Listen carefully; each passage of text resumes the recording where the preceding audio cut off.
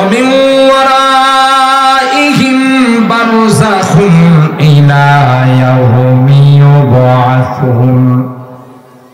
আল্লাহ পাক বলেন দুনিয়ার জিন্দেগিটা যখন খতম হয়ে যাবে, দুনিয়ার জিন্দেগি শেষ হয়ে গেলে আরেকটা জিন্দেগির সূচনা হবে।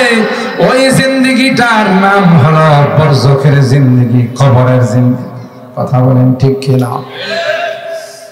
যারা নাদান বুঝে না এরা মনে করে মারা গেলাম সব শেষ হয়ে গেল। না না, মৃত্যুর পর আসল জিন্দেগির সূচনা হলো। মौत को समझा है गाफिल इख्तिताम जिंदगी, मौत को समझा है गाफिल इख्तिताम जिंदगी, दर हकीकत मौत है सुबह हयात जिंदगी। गाफिल मने करे যারা পরকাল সম্পর্কে অবগত নয় তারা মনে করে মারা গেলাম সব শেষ হয়ে গেল। না না, মৃত্যুর পরে অনন্ত অসীম কালের জিন্দেগির সূচনা হলো। কথা বলেন ঠিক কিনা? দুনিয়াতে তোমার জিন্দেগিটা যেরকম ছিল, দুনিয়াতে জিন্দেগিটা যেরকম বানাইছো পরকালের জিন্দেগিটাও সেরকম হবে। দুনিয়াতে নেককার ছিলাম, দিনদার ছিলাম, তাফসীরুল কোরআন মাহফিলের ছাত্র হয়ে ওখানে দীর্ঘক্ষণ আল্লাহর আদালতের মধ্যে তোমার মহব্বত করলে আল্লাহর হাবিব বলেন আল মারউ মা'a মান আহাব। দুনিয়াতে যে যাকে ভালোবাসবে তার সঙ্গে তারা হাসর। সুবহানাল্লাহ। মুহতারাম হাজিরিন, তাই কবরের জিন্দেগিটা এটা দুনিয়ার জিন্দেগির আদলে হবে। যখনই মৃত ব্যক্তিকে কবরের মধ্যে রেখে জিন্দারা চলে আসে 40 কদম, সাথে সাথে কবরের মধ্যে দুইজন ইমিগ্রেশনের ফেরেশতা আসে। কে আসে? দুইজন ইমিগ্রেশনের ফেরেশতা।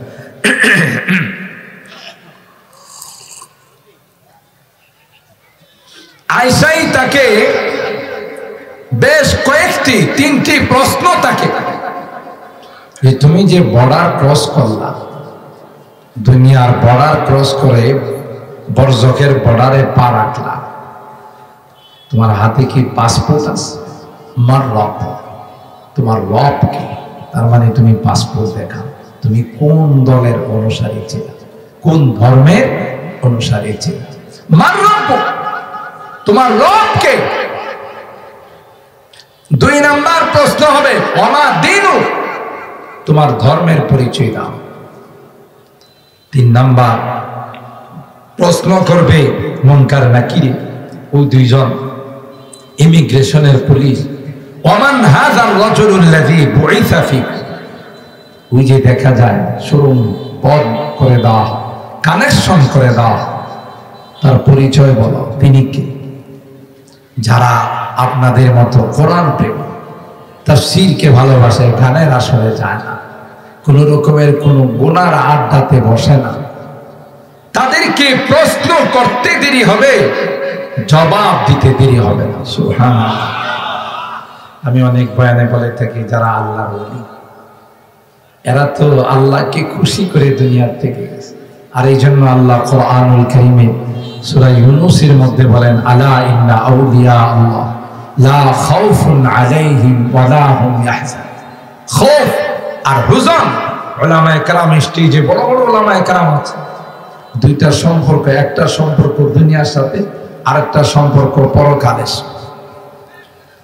লা খাউফুন আলাইহিম ওয়া লা হুম ইয়াহজানুন, আল্লাহকে খুশি করে যারা দুনিয়ার থেকে গেছে, আল্লাহ বলেন তোমার আওলাদ পরিজন, আত্মীয় স্বজন, বিবি বাল বাচ্চা, কাহারও সম্পর্কে তোমার কোনো টেনশন নাই, আমি আল্লাহ তাদের জিম্মাদার। ওয়ালা হুম ইয়াহজানুন, পরকালের যত ঘাটিগুলো আছে একটার জন্য তোমার কোনো টেনশন নাই। সুবহানাল্লাহ। আল্লাহর ওলি আল্লামা নাসাফি রাহিমাহুল্লাহ মতনুল আকায়েদ নাসাফিয়া শরহুল আকায়েদের যে মতন, তার লেখক আল্লামা নাসাফি রাহিমাহুল্লাহ। তিনি এত বড় মাপের আল্লাহর ওলি ছিলেন। দুনিয়া থেকে যাওয়ার পর তার এক শাগরেদ তাকে খাবে দেখে জিজ্ঞাসা করলেন, উস্তাদজি আপনি কেমন আছেন? মুনকার নাকিরের প্রশ্নের জবাব দেওয়া কি সম্ভব হয়েছে?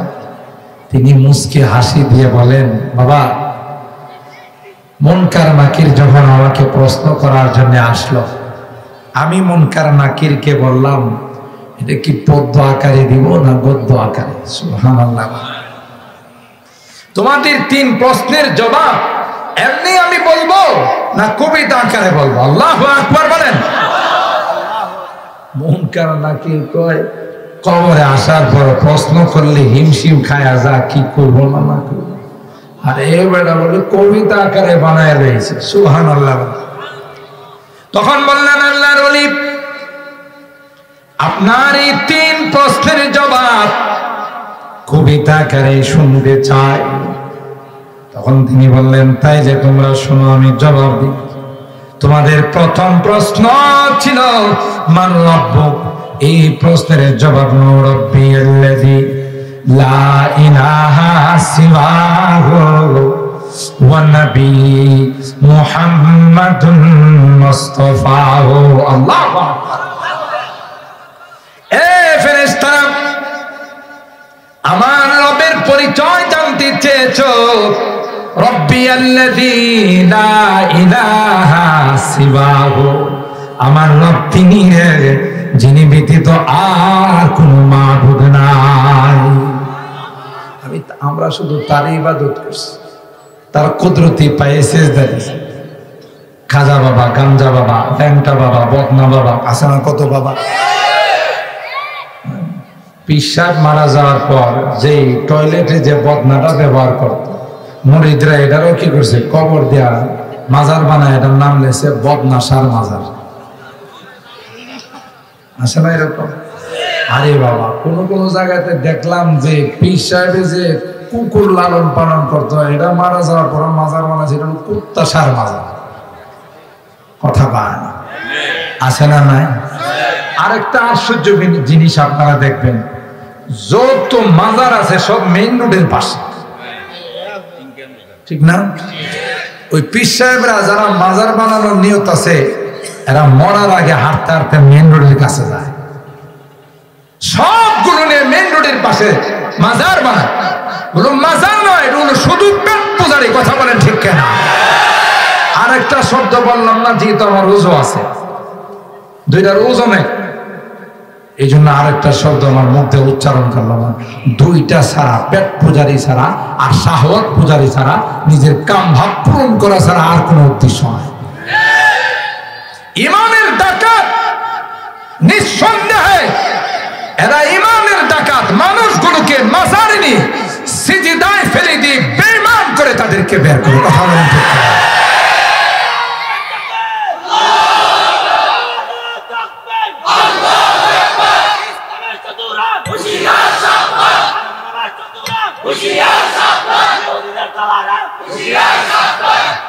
সম্মানিত সুধী, এরা হলো ইমানের ডাকাত, ঠিক না? ইমানের ডাকাত। আর কেমন ডাকাত জানেন? চুরি যারা করে তারা তওবা করে, ডাকাতি যারা করে তারা তওবা করে, মদ যারা খায় এরা তওবা করে। আর এই লাইনে যারা যায়, মরার পথে যারা যায়, এরা জীবনে কোনোদিন তওবা করবে না। আমরা যে ওয়াজ করি, বয়ান করি, এই যে উলামায়ে কেরাম, কওমি উলামায়ে কেরাম, বিভিন্ন উলামায়ে কেরাম যারা আমরা কথা বলে, ওরা কি করে জানেন? এই মোল্লারা তো শরীয়ত জানে, আমরা জানি মারিফত, ঠিক না? ওরা জানে মারিফত। মারিফত আর শরীয়ত বলে ভিন্ন। দুধ ছাড়া কোনোদিন ঘি হয়? শরীয়ত হলো দুধের মতো, আর মারিফত হলো ঘির মতো। কথা বলেন ঠিক কিনা? ওরা মারিফতের লাইনে যায়, কি কয় জানেন? নামাজ নাই, রোজা নাই, আল্লাহ নাই, বিল্লাহ নাই, পাক পবিত্রতা নাই। কোন কোন পীর আমি নিজের চোখে দেখছি বৎসরে 1 বার গোসল করে। হ্যাঁ, কি পীর না আন্তর্জাতিক খাড়াস? কথা কয়, এটা আমার চোখের দেখা। আমার সেন্ট্রাল মসজিদ, মিরপুর কেন্দ্রীয় মসজিদ, ওখানে আমি প্রায় হাঁটতে বাইরে সকালবেলা। একদিন দেখি আমার মসজিদের পাশে এক মার্কেটের সামনে সকালবেলা প্রচুর মানুষের ভিড়। তো আমি কৌতূহল বশত একটু আগাইলাম যে কেউ অ্যাক্সিডেন্ট করলো কিনা। সকালবেলা তো গাড়ি ঢাকা শহরে বেপরোয়া চালায়, মনে হয় কেউ অ্যাক্সিডেন্ট করছে, তাকে মাথায় পানি দিতেছে, এই মনে করে একটু আগাইলাম। ইয়া আল্লাহ, যত আগাই তত দিকে এমন ইনটেক সেন্ট বাইরা, যে সেন্টের কারণে আমার নাকের মধ্যে রুমাল দেওয়া ছাড়া বিকল্প নাই। একটু আগায় দেখি যে আসল পীর সাহেব বসে রয়েছে, দাড়ি আর মুখ সমান সমান। হে বসে রয়েছে, এর সামনে দুনিয়ার ফল ফুট, আর নারী পুরুষ সবাই বসে বসে কেউ কেউ আস্তে আস্তে বাবা বাবা একটা সন্তান, একটা সন্তান। কি চায়? বাবার কাছে সন্তান চায়। ইমান আছে না গেছে? আমি কই ইয়া আল্লাহ, এই গজব সকালবেলা কোত্থেকে নাজেল এলো? তা আমি একটা দিকে গেলাম, উনি কে? উনি কামেল বাবা।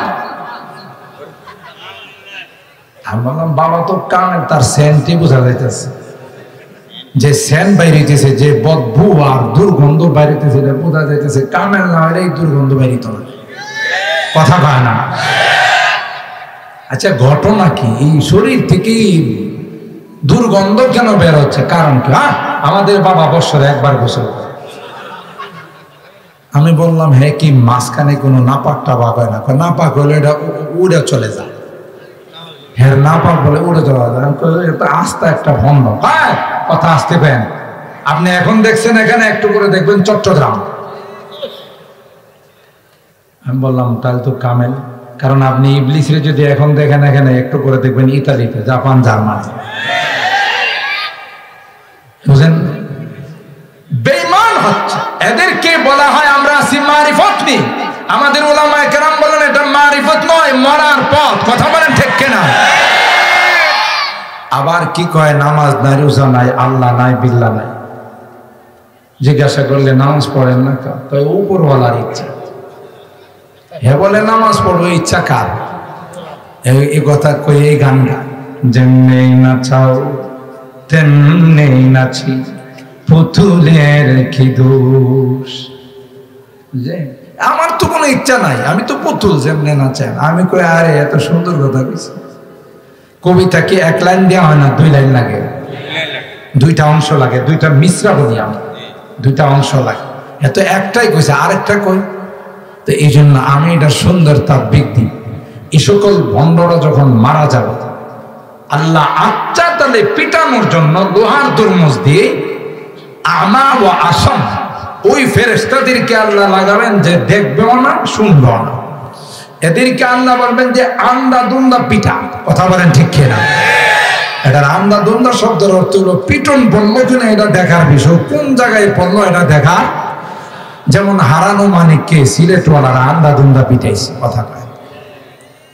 হারানো মানিককে সিলেটের বর্ডারে যখন পাইছে সবাই, ওই বেচারা কলা পাতাতে শুয়ে ছিল, তারপরে বাঁচতে পারেনি, কথা পায় না। কলা পাতাতে শুয়েছিল, দাড়িও রাখছিল, কথা কাজ। একজনে দাড়ি সারা জিন্দিগি রাইখা বাঁচতে পারে নাই, ওই দাড়ি শেষ করে বলাইছে। আরেকজনে পরবর্তীতে রাইখাও বাঁচতে পারে নাই। কেন? ইন্নামাল আমালু বিন্নিয়াত। দুইটারই নিয়ত সহি ছিল না। একটা দাড়ি রাখছিল লোটপাট করে খাওয়ার জন্য, আর একটা রাখছিল মানুষের নির্যাতন থেকে বাঁচার জন্য। আল্লাহ কয় তুই ভুয়া। কথা বলেন ঠিক কিনা? তোর দাড়ি ভুয়া। কথা বলেন ঠিক কিনা? এই জন্য কাম হয় নাই, ঠিক কিনা? যদি সহিভাবে রাখতো তাহলে সুন্নতের কাম নেওয়া। এর এই মায়ের পড়ার কারণ আপনারা হয়তো জানেন না।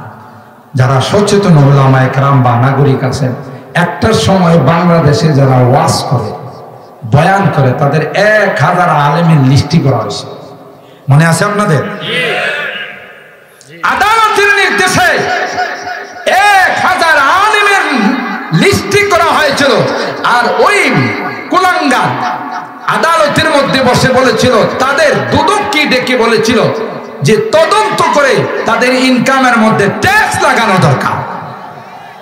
ঠিক না ঠিক? আল্লাহ আলেম ওলামাদেরকে ডাক দেয়া কাজ, এ নায়েবে রাসূল তোরা টেনশন করিস না, এমন একটা সময় আসবে রে যে সময়ে ইনকাম ট্যাক্স তোদের উপার্জনের মধ্যে নয়, ইনকাম ট্যাক্স লাগবে তার নিচের অংশের মধ্যে। যখন সিলেটের মানুষ হারানো মানিক পাইছে, কথা বলেন ঠিক কিনা, তারপর এমন ভাবে শরীক হয়েছে, ডাক্তাররা পরবর্তীতে সাংবাদিকদের সামনে কয় যা রিপোর্টে পাওয়া গেছে নিচের অংশ সব শেষ। এটা কারণ কি? ওই যে আলেম ওলামাদের ট্যাক্স লাগাইতে গেছিল, আল্লাহ কয় এখন তুই হিসাব করে দে, ট্যাক্স আলেম ওলামাদের উপরে লাগছে তার তোমার নিচের অংশের মধ্যে লাগছে। কথা বলে এটার কারণ হলো যারা পিটাইছে এরা কই পিটন করতেছে এটা দেখার বিষয়, পিটাইছে আচ্ছা তাহলে। কথা বলেন ঠিক কেন? ফেরেশতাদেরকে আল্লাহ বলবেন পিটা, এ বন্ধকে পিটা, চোখ বন্ধ কান বন্ধ, চিৎকার করলেও শুনতে পারবি না, আর যদি গায়ে দেয়া রক্ত বের হয় তাও দেখতে পারবে না, শুধু পিটাইতে থাকবে। কথা বলেন ঠিক? আর তবু পিটানোর মধ্যে যেন শক্তিটা বেশি আসে, এই জন্য হেজে কবিতার অংশটা দুনিয়াতে কইছিল, বাকি অংশটা তারা বলবে আর পিটাবে। দেখবেন আপনারা লেবাররা যখন কাজ করে, বিদ্যুতের পিলার বসায়, বড় বড় গাছ নামায়, 3-4 জন মিলে যখন টান দেয়, শুধুই টান দেয় না, কিছু কয়, একসাথে মিল্লা গীত গায়, গায় না? একটা শব্দ একজনে কয়, সবাই কয়, এটি কেন করে জানেন? টানের মধ্যে যেন শক্তি আসে। ঠিক না ঠিক?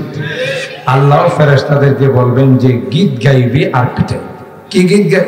যেমনেই নাচাও তেমনেই নাচি, পুতুলের কি দোষ, যেমনেই হুকুম তেমনি পিটাই, ফেরেশতার কি দোষ। কথা বলেন ঠিক না? হ্যাঁ পিটাইবো আর এই কবিতা পড়বো, নামাজ নাই রোজা নাই, উপরওয়ালার ইচ্ছা, ইমানের ডাকাত। কথা বলেন ঠিক কেনা? আল্লাহর হাবিব বলেন ইয়াকুনু ফি আখিরিজ জামানে দাজ্জালুনা কাযাবুন ইয়াতুনাকুম মিনাল আহাদিস বিমা লাম তাসমাউ আনতুম ওয়ালা আবাউকুম ফাইয়াকুম ওয়া ইয়াহুম লা ইউদিল্লুনাকুম ওয়ালা ইফতিনুনাকুম। আল্লাহর হাবিব বলেন উম্মতেরা, কিয়ামতের পূর্বে তোমাদের মাঝে এমন কিছু ভণ্ডের আবির্ভাব ঘটবে, এমন কিছু দাজ্জালের আবির্ভাব ঘটবে। কথা বলেন ঠিক? দাজ্জালেও কিন্তু বসিল, যখন দাজ্জাল আসবে আয়েশা সাধারণ ইমানদার যারা, তাদেরকে বলবে তুই যদি আমারে আল্লাহ মানিস, খোদা মানিস, তাহলে নগদ জান্নাত দিয়ে দিব। কথা বলেন, ডান হাতে জান্নাত আর বাম হাতে জাহান্নাম। আমাকে যদি আল্লাহ বলে দাবি করতে পারিস, আল্লাহ বলে মানতে পারিস, তাইলে নগদ জান্নাত দেব। আর যদি আমাকে আল্লাহ বলে স্বীকার না করবি, তাইলে নগদ জাহান্নাম তোর জন্য নিয়ে আস। আর ভাড়া ইদানিং কালে আপনারা শুনেছেন দাওয়াত ও তাবলীগের যে 2টা গ্রুপ হয়েছেন, একটা গ্রুপের স্বঘোষিত আমির, তিনি বলে মুঝে মানো তো জান্নাত মে যাও, না মানো তো জাহান্নাম মে যাও। তাইলে কি দাজ্জালের স্লোগানের সাথে মিল আছে না নাই? কথা বল, মুঝে মানো তো জান্নাত মে যাও, না মানো তো জাহান্নাম মে যাও। দাজ্জালে কয় আমারে খোদা মানলে জান্নাত দিব, না মানলে জাহান্নাম দিব। অনেকাংশে দাজ্জালের স্লোগানের সাথে তার স্লোগানের মিল আছে না নাই? আছে বলেই তো যারা নিরহ মুসল্লি, যারা দাওয়াতের সাথে ময়দানের মধ্যে ঘুমিয়েছিল, কেউ বা তাহাজ্জুদের মধ্যে ছিল, তাদের গলার মধ্যে ছুরি চালাইছে, পেটের মধ্যে অস্ত্র চালাইছে। এ ভাই, একজন মুসলমান কোনদিন আরেকজন মুসলমানকে হত্যা করতে পারে না। আর আমাদের মাদ্রাসার কুচি কাঁচা বাচ্চারা যারা মাটির মধ্যে কোরআন তিলাওয়াত করতেছিল, মাঠের হিসখানার মধ্যে কোরআন পড়তেছিল, এই জালেমের দল ওই ডাকাতের দল এদেরকে ঘর থেকে বের করে তুরাগ নদীর মধ্যে ফেলে দিয়েছে। অথচ এরা হলো কোরআনের পাখি, মাসুম নিষ্পাপ বাচ্চা। কথা বলেন ঠিক কিনা?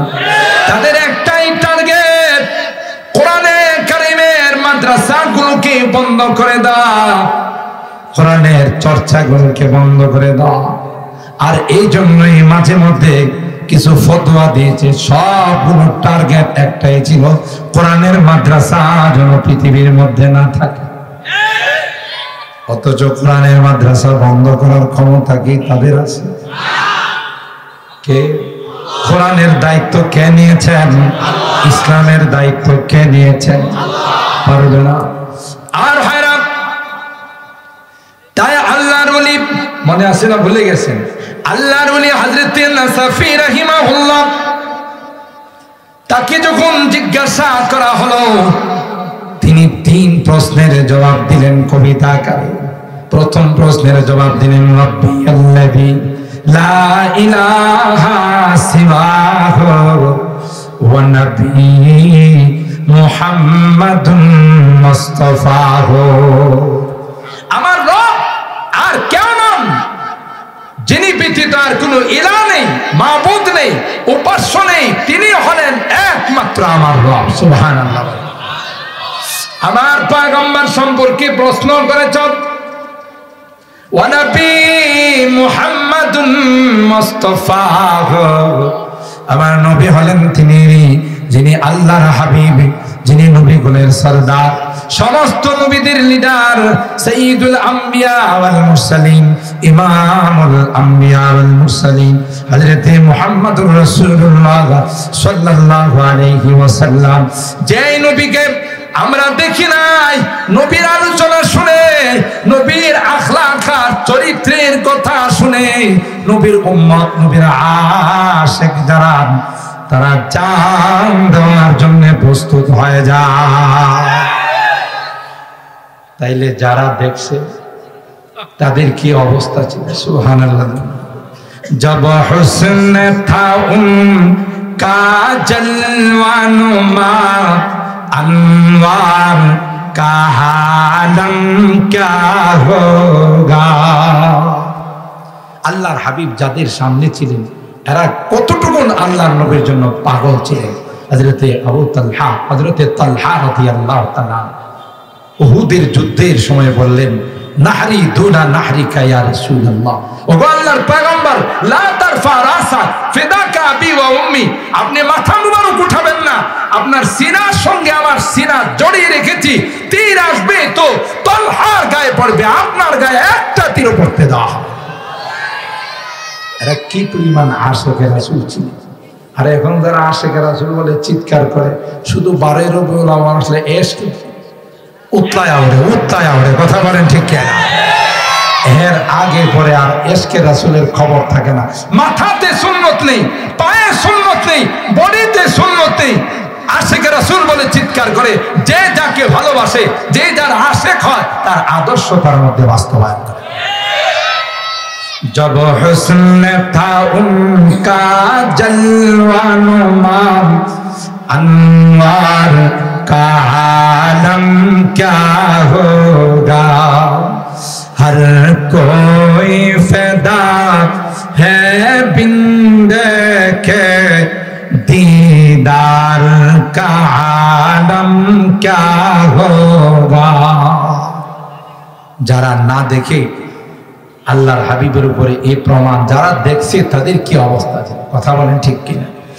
जिस वक्त में थे खिदमत में उनकी अबू बकर उमर उस्मान आली, যার খেদমতে ছিলেন হযরত আবু বকর সিদ্দিক রাদিয়াল্লাহু তাআলা, ফারুক আযম উসমান ইবনে আফফান, আলী কাররামাল্লাহু ওয়াজহা, সেই দরবারের রৌনক কেমন ছিল! সুবহানাল্লাহ।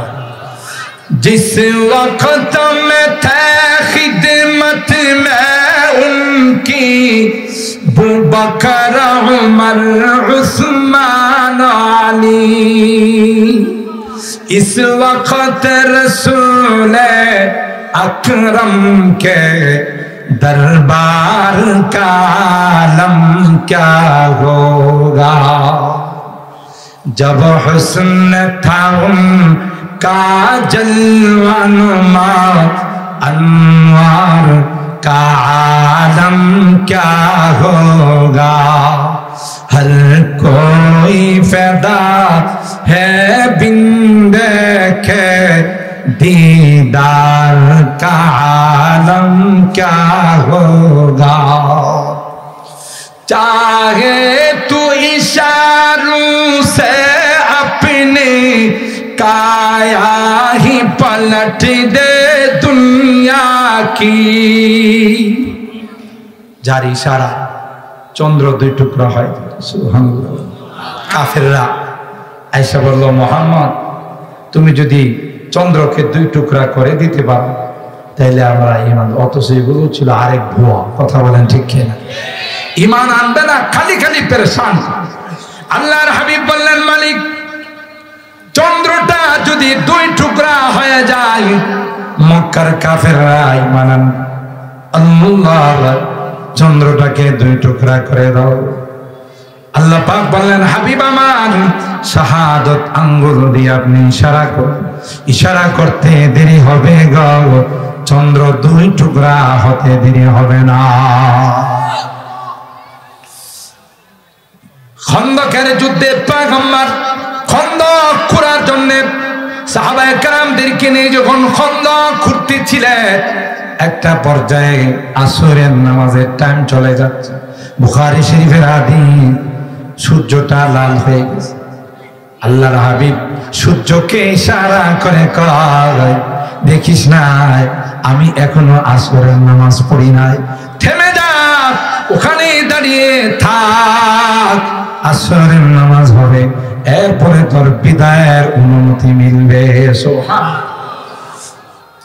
चाहे तू इशारों से अपनी काया ही पलट दे दुनिया की। ये शान है खिदमत गारों की, दरबार का आलम क्या होगा। जब हुस्न था उनका जलवानुमा अनवार का आलम क्या होगा। हर कोई फैदा है बिन देखे दीदार का आलम क्या होगा। अल्लाह अकबर। मेहराज की सब हक मिलने व अर्श मुअल्ला पर पहुंचे। মেরাজের রজনী, এই রজব মাসে আল্লাহ পাক তার হাবিবকে বিশেষ ইনভাইট করে নিয়ে গেলেন, সব কিছু দেখায়া অল্প সময়ের মধ্যে আবার মক্কা ফেরত পাঠালেন। সুবহানাল্লাহ। কেন? এই জন্যে যে সব কিছু ইমানদার মুসলমান যারা না দেখে বিশ্বাস করে, দুনিয়ার মধ্যে সবচাইতে বড় সত্যবাদী as-সাদিকুল মাসদুক আল আমিন, আল্লাহ বলেন তাকে সব কিছু দেখায় অল্প সময়ের মধ্যে আবার মক্কায় ফেরত পাঠাইলাম, যার একজনের খবর গোটা বিশ্বের সবার খবর হচ্ছে তো গুরুত্বপূর্ণ। ঠিক কিনা বলেন? নিয়ে গেছিলেন কে? আল্লাহ কুদরতি বাহনের মাধ্যমে সব কিছু দেখায় নিয়ে আসছে। मेराज की सब हक मिलने वो अर्श मुअल्ला पर पहुंचे।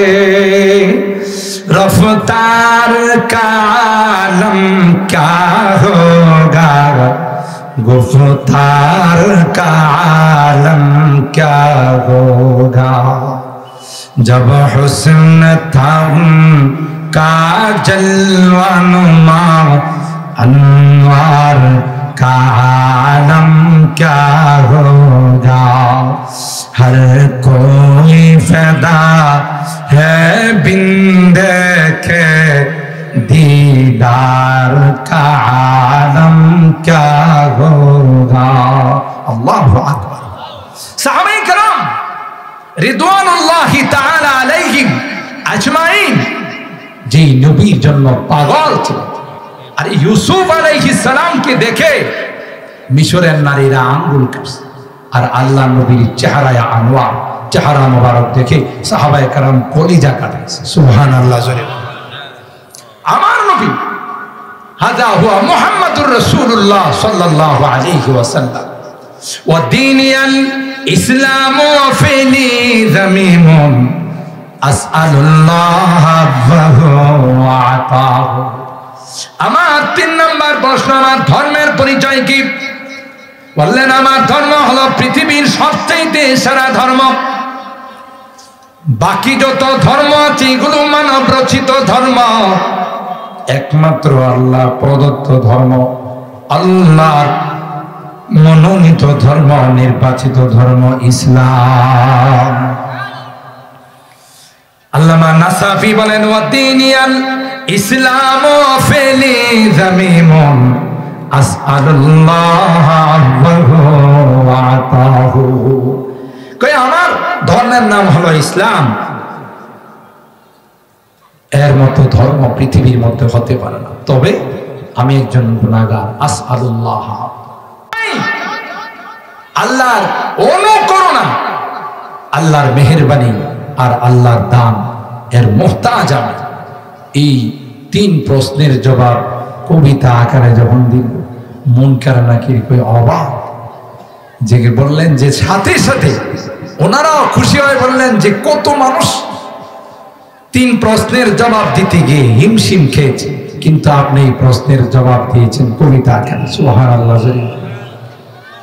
যখন এই 3 প্রশ্নের জবাব হয়ে যাবে, আসমানের মালিক ডাক দিয়া বলবে ওয়ানাদা মুনাদিন আন সাদাকা আবদি, আমার বান্দা, আমার গোলাম সঠিক জবাব দিয়েছে, কোন জবাব তার ভুল হয় না।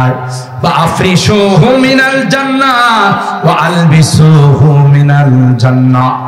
এ দুনিয়ার মানুষ, তাকে মাটির মধ্যে শোয়াই দিয়া চলে গেছে, একটা কম্বল পর্যন্ত তার কবরে দেওয়া হয়, ঠিক কিনা বলে? সিস্টেম আছে কোনো কিছু দেওয়া।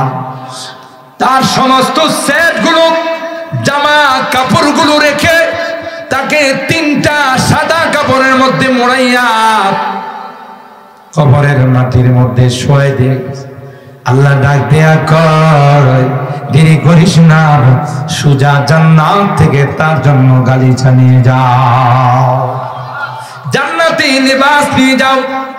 দুনিয়ার জিন্দেগিতে সে নেককার ছিল, দিনদার ছিল, তার রূহটা যখন নেওয়ার জন্য আসে, দলে দলে জান্নাতি ফেরেশতা জান্নাতি রেশমি রুমাল নিয়ে তাকে স্বাগতম জানানোর জন্য, তার রূহটা নেওয়ার জন্য আসে।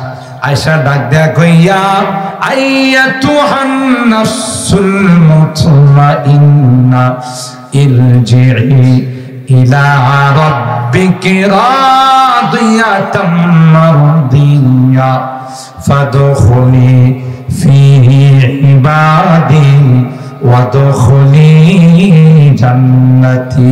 আল্লাহ। আইয়াতুহান নাফসুল মুতমাইন্না, এ শান্তিদায়ক আত্মা, এ নেককার আত্মা, ইরজিই ইলা রাব্বিকি রাদিয়াতাম মারদিয়া, আসো, তোমার রব তোমাকে ডাকতেছে। সুবহানাল্লাহ। তোমার রবও তোমার উপর সন্তুষ্ট, তুমিও তার উপর সন্তুষ্ট। ফাদখুলি ফি ইবাদি ওয়াদখুলি জান্নাতি। আর ফেরেশতারা তার রূহটা নিয়ে যা একজনের কুলের থেকে আরেকজনের কুলে। সুবহানাল্লাহ। সবাই তাকে বলে সালামুন আলাইকুম তাইবাতুম ফাদখুলুহা খালিদিন, সালামুন আলাইকুম বিমা সাবারতুম ফানি'মা উকবাদ দার। শুধু সালাম সালাম, এই সালাম দিতে দিতে, স্লোগান দিতে দিতে আলা ইল্লিয়িনের মধ্যে তার রূহটা নিয়ে নেয়। সুবহানাল্লাহ। আর যারা বদকার হয়, যারা নামাজ পড়ে নাই, হালাল হারামের ধার ধারে নাই, মাহফিলগুলোকে বাজে মন্তব্য করেছে, কোরআনের তাফসীরকে তারা বলো শব্দ দূষণ কথা বলেন, ঠিক কিনা? এরকমের কিছু বুদ্ধিজীব আমাদের সমাজে আছে না নাই? বুদ্ধিজীবী না, বুদ্ধি জীব জীব জানোয়ার যারা কোরআনের আওয়াজকে শব্দ দূষণ বলে, গানের আওয়াজ যাদের কানে ভালো লাগে, বুঝা গেল এদের কলবের মধ্যে ক্যান্সার হয়েছে। কথা বলেন ঠিক না? কোরআনের আওয়াজকে তোমার ভালো লাগে না, মসজিদ ভালো লাগে না, এরকমের একসময় স্লোগান ছিল না? ছিল। আরে তাফসীর মাহফিলের পারমিশন আনার জন্য পাতলা মাল দেওয়া লাগছে। আমি নিজে জানি বহু মাহফিলে কমিটি আমার এসে হুজুর দুঃখের কথা কার কাছে, তাফসীর মাহফিলের অনুমতি দিবে না দিবে না দিবে না, থানায় দৌড়াইতে দৌড়াইতে জুতা ক্ষয় হয়ে গেছে। পরে যখন বললাম স্যার কিছু হাদিয়া দিন, ঠিক আছে চুপচাপ করে ভালো। কত বড় খারাপ হলো, কোরআনের মাহফিলের জন্য পারমিশন আনতে গিয়ে তাদেরকে হাদিয়া দিতে হবে। কথা বলেন ঠিক কিনা? কোরআন ভালো লাগে, কোরআনের মাদ্রাসা ভালো লাগে, কোরআন ওয়ালাদেরকে ভালো লাগে না। কথা বলেন ঠিক কিনা? এই জাতীয় লোক সমাজে আছে না? এরা যখন মৃত্যুর সময় আসবে তখন ফেরেশতা তাদেরকে আয়েশা বলবে, ইয়া আইয়াতুহান নাফসুল খাবিসা উখরুজি ইলা রাব্বিকি সাখিতাতাম মাসখুতা। কথা বলেন ঠিক কিনা? এ বদমাশ, এ ডাকাত, এ জানাকুর, মতকুর, বের হয়ে আস, ওকে নেওয়ার জন্য আস। উখরুজি ইলা রাব্বিক, তোর রব তোকে ডাকতেছে, রব তোর উপর অসন্তুষ্ট হয়, গোটা পৃথিবীর সব তোর উপর অসন্তুষ্ট হয় আছে। কবরে গেলেই প্রথমে কবরে তাকে চাপ দিবে। কথা বলেন ঠিক কিনা? এটাকে জুরতায়ে কবর বলে। আল্লাহর হাবিব বলেন ওয়াসাব্বাকা বাইনা আসাবি হাকাযা ওয়াসাব্বাকা বাইনা আসাবি, এক পাশের হাড্ডিকে আরেক পাশের হাড্ডির মধ্যে ঢুকাই দেবে। আর বলবে মজা বুঝ, আল্লাহর জমিনে বসবাস করে আল্লাহর কুদরতি পায়ে সিজদা দিস নাই, আল্লাহর কোরআনের বিরোধিতা নাইবে রাসূলদের বিরোধিতা করেছো, আজকে তোমাকে মজা দেখাবো। কথা বলেন ঠিক? আমল সে बनती है जन्नत भी जहन्नम भी, ये खाकी अपनी फितरत में ना नारी है ना नूरी। आइशो इशरत के लिए इंसान नहीं, आइशो इशरत के लिए इंसान नहीं, याद रख तो बंदा है मेहमान ही। কথা বলেন ঠিক কিনা? দুনিয়াতে আল্লাহ তোমাকে তামাশা করার জন্য পাঠায় না, 31 নাইট পালন করার জন্য পাঠায় না, ভ্যালেন্টাইন ডে পালন করার জন্য পাঠায় না। কথা বলেন ঠিক কিনা? আরে আরে মুসলমান, আমরা তো বীরের জাতি, আমরা তো শেরের জাতি। কথা বলেন ঠিক কিনা? আমরা কেন ছাগলের 3 নাম্বার বাচ্চার মতো লাফাই না? ছাগলের 3 নাম্বার বাচ্চার লাফানি বুঝুন তো? ছাগলের বান হলো 2টা, বাচ্চা হলো 3টা, তো 2টা পেট ভরা দুধ খাইছে, খায়া খুশিতে আনন্দে লাফাইতেছে। 3 নাম্বার বাচ্চা কিন্তু দুধ 1 ফোঁটাও পায় না। কথা কয় যে এই 2টা লাফাইতেছে সাথে সাথে হেও লাফায়। এরা যদি জিজ্ঞাসা করা হয় তুই লাফাস কা, এরা তো দুধ খাইছে পেট ভরছে লাফাইতেছে, এরা 2জন লাফাইতেছে কি লেগে? কথা কয় ঠিক? বিদাতিরা এই নোংরা দিবসগুলো মুসলমানদের মধ্যে আবিষ্কার করেছে আমাদের যুবকদেরকে চরিত্রহীন করার জন্য।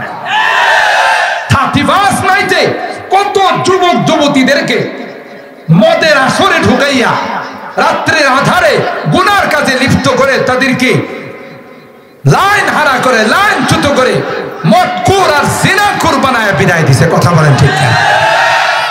আরেকটা আসতেছে সামনে, এটা বলে বিশ্ব ভালোবাসা দিবস। ওলামায়ে কেরামেরা কই বিশ্ব বেহায়াপনা দিবস। কথা বলেন ঠিক কিনা? আরে ভালোবাসা এটা তো একটা পবিত্র জিনিস। সন্তান তার মা বাবাকে ভালোবাসে, সওয়াব। স্ত্রী তার স্বামীকে ভালোবাসবে, স্বামী তার স্ত্রীকে ভালোবাসবে, ঠিক কিনা বলেন? ভাই তার বোনকে ভালোবাসবে, একে অপরকে ভালোবাসবে, এটা পবিত্র জিনিস।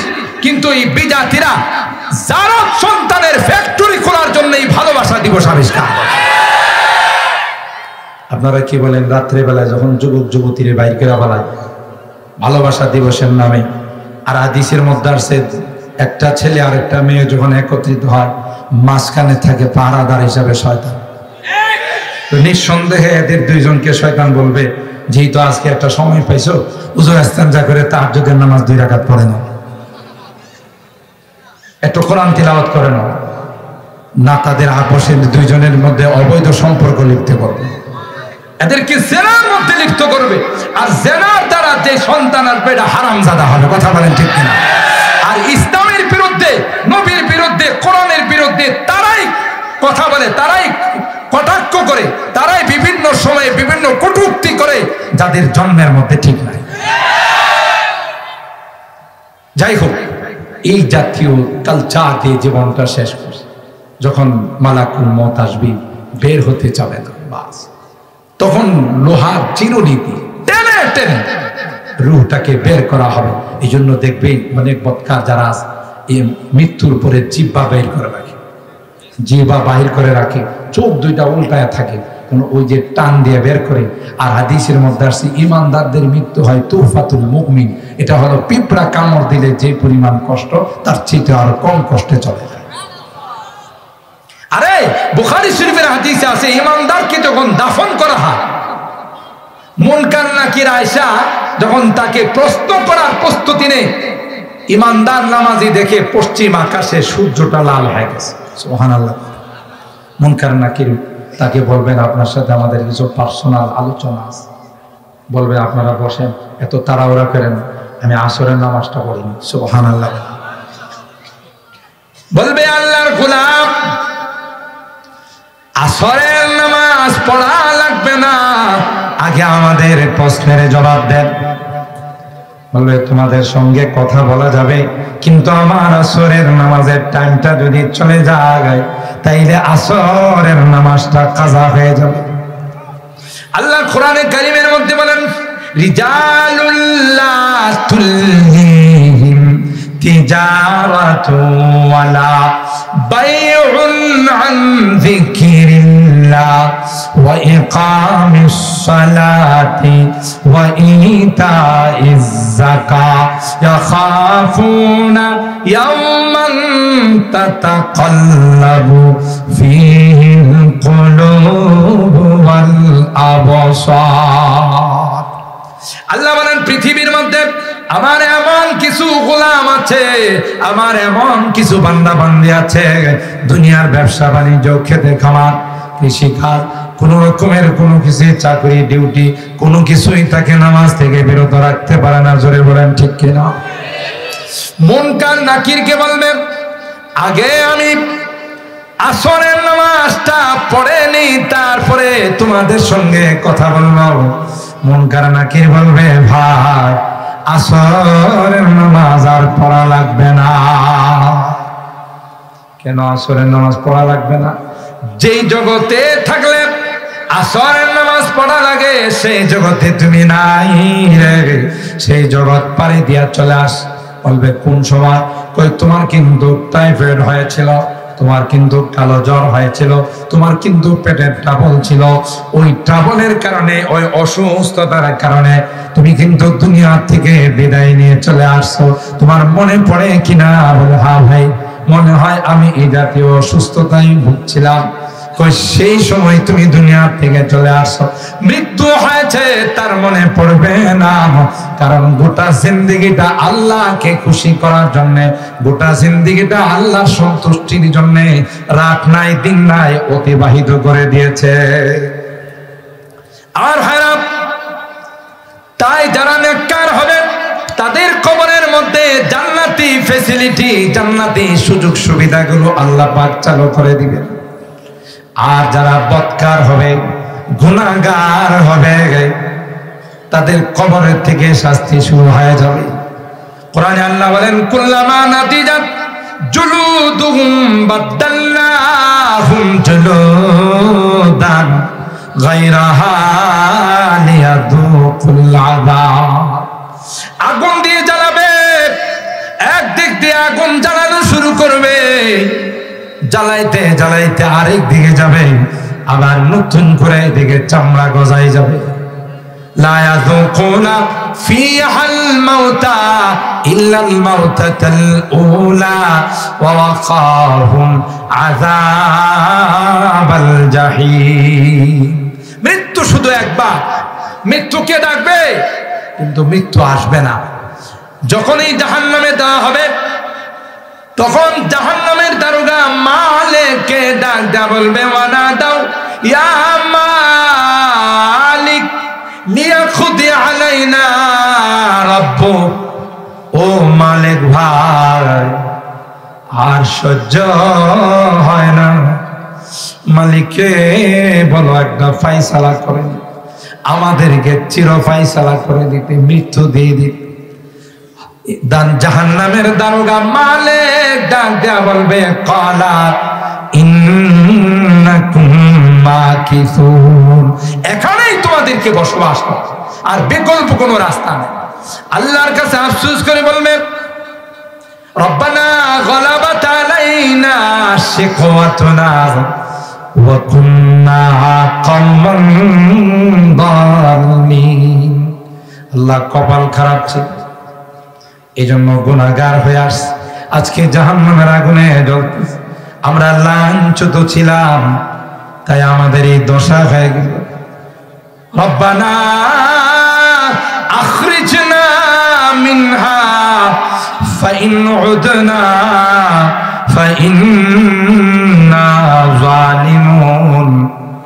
আল্লাহর কাছে ফরিয়াদ করবে, আল্লাহ জাহান্নাম থেকে যদি একটা বার আমাদেরকে বের করে দাও, ফাইন উদনা, আবার যদি দ্বিতীয়বার এই গুনাহগুলো করে এলে নিজেদেরকে নিজেরা জালেম বলে স্বীকৃতি দেব, জাহান্নামের আসামি হব, একটা বার আমাদেরকে জাহান্নাম থেকে তুমি বের করো, আর জীবনে কোনোদিন গুনাহ করব না। আফসোস করবে কিন্তু কোনো লাভ হবে? বলেন কোনো লাভ হবে? ওই আফসোসে কোনো লাভ হবে না। আল্লাহ পক্ষ থেকে জবাব আসবে, ক্বাল আফসাউ ফিহা ওয়ালা তুকাল্লিমুন।